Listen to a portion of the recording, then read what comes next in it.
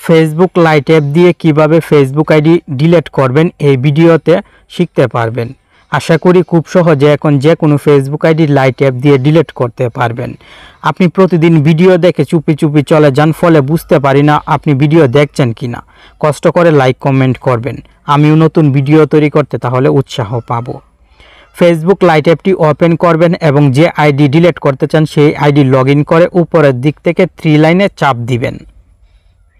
নিচের দিকে চলে আসলে সেটিংস অ্যান্ড প্রাইভেসি পেয়ে যাবেন। সেটিংস অ্যান্ড প্রাইভেসিতে চাপ দিয়ে সেটিংসে চাপ দিবেন। পার্সোনাল অ্যান্ড অ্যাকাউন্ট ইনফরমেশন এই সেটিংসে চাপ দিবেন। অ্যাক্সেস অ্যান্ড কন্ট্রোল নিচের সেটিংসে চাপ দিবেন। ডিঅ্যাক্টিভেশন অ্যান্ড ডিলেশন সেটিংসে চাপ দিবেন। এখানে দুইটি অপশন থাকবে, আপনি ডিলেট অ্যাকাউন্ট সিলেক্ট করবেন। কন্টিনিউ টু অ্যাকাউন্ট ডিলেশন এই সেটিংসে চাপ দিবেন।